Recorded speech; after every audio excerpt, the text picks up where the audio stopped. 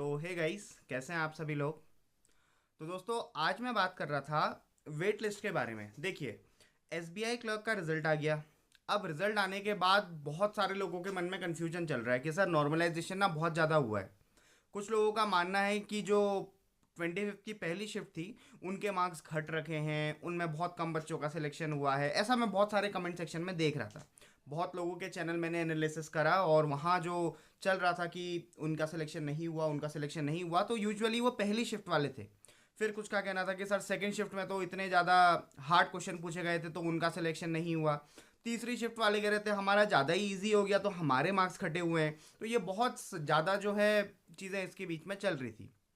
फिर एक चीज़ और चल रही थी कि सर एसबीआई ने कुछ ऐसा कर रखा है कि इतना परसेंट मार्क्स आने चाहिए, आपके मिनिमम क्वालिफाइंग मार्क्स आपके होने चाहिए एग्रीगेट में। तो ये बहुत सारे कन्फ्यूजन चल रहे हैं एसबीआई क्लर्क को लेकर। दोस्तों, कुछ मैंने इसके बारे में स्टडी करा तो मुझे एक चीज़ पता चली कि वेटिंग लिस्ट जो बनती है एसबीआई की, वो बनती है लास्ट, जैसे 50% of the total vacancies.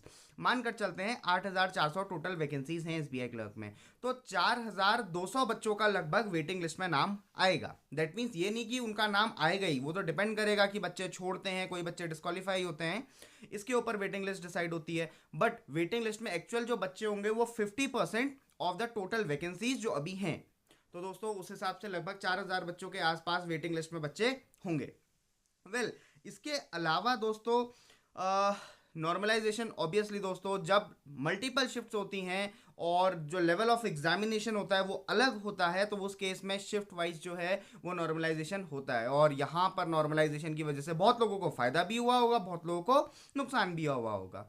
Guys, इसके बारे में मेरे को इतना ही कहना है। अब वेटिंग लिस्ट आती कब है? देखिए, वेटिंग लिस्ट के बारे में बता दिया कितने बच्चे थे। वेटिंग लिस्ट यूजुअली जो है, आपका जो रिजल्ट आया है, इस रिजल्ट से आप मान लीजिए 2 महीने बाद आपको पहली वेटिंग लिस्ट देखने को मिल जाएगी। वेटिंग लिस्ट होती कितने टाइम के लिए? वेटिंग लिस्ट वो बनती है 1 साल के लिए, पूरे के पूरे 1 साल के लिए। जैसे 27 को एग्जाम का रिजल्ट आया था, 27 जून को, तो आप ये मानिए अगले साल 2025 27 जून तक वेटिंग लिस्ट वालों को बुलाते जाएगा, बुलाने मतलब एसबीआई बुलाते रहेगा।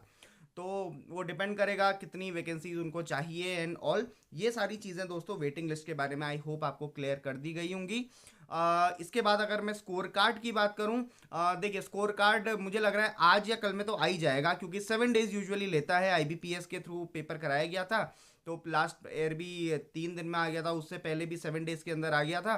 तो अगर मैं स्कोर कार्ड की बात बताऊं तो दोस्तों आज या मे बी कल जो आपको स्कोर कार्ड है वो देखने को मिल जाएगा, जिससे आपको डेफिनेटली पता चल जाएगा